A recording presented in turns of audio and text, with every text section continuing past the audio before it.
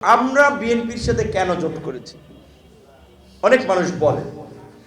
দেখেন, আমি গত 7-8 বছরে যে স্যাক্রিফাইসটা করেছি, আন্দোলন সংগ্রাম করেছি, এইটা কয়েকটা মানুষ এইভাবে ঝুঁকি নিয়ে করেছে। তখন থেকে বিএনপির সাথে আমাদের একটা সম্পৃক্ততা, আমাদের একটা সম্পর্ক। বিএনপির একেবারে টপ থেকে শুরু করে আপনার বটম লেভেলের নেতা কর্মীদের আবেগ ইমোশন দেখেছি। তারা একটা স্বীকার করে যে নূর ভাইয়ের অবদান আছে, সিনিয়র নেতারা সে মূল্যায়নটা করে। তো রাজনীতিতে বা অ্যালায়েন্স আকারে রাজনৈতিক স্বার্থের বাইরেও কাজ করার ক্ষেত্রে যদি একটা এনভায়রনমেন্ট, ব্যক্তিগত সম্পর্ক থাকে, আমাদের মতো উদীয়মান রাইজিং তরুণরা সেই সুযোগটা কেন নেব না?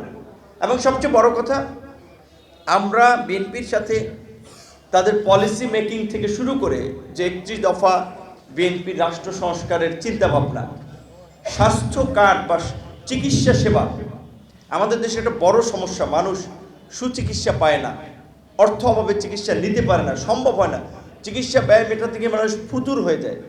তো সেই জায়গা থেকে আমরা বলেছি, বাংলাদেশের মতো একটা অধিক জনবহুল গরিব রাষ্ট্র, এখানে নাগরিকদের স্বাস্থ্যের দায়িত্ব একটা সক্ষম কর্মক্ষম জেনারেশন, প্রজন্ম, জাতি গড়ে তোলার জন্য আমাদের চিকিৎসার ব্যয় রাষ্ট্রকে মেটাতে হবে, কর্মের ব্যবস্থা রাষ্ট্রের করতে হবে।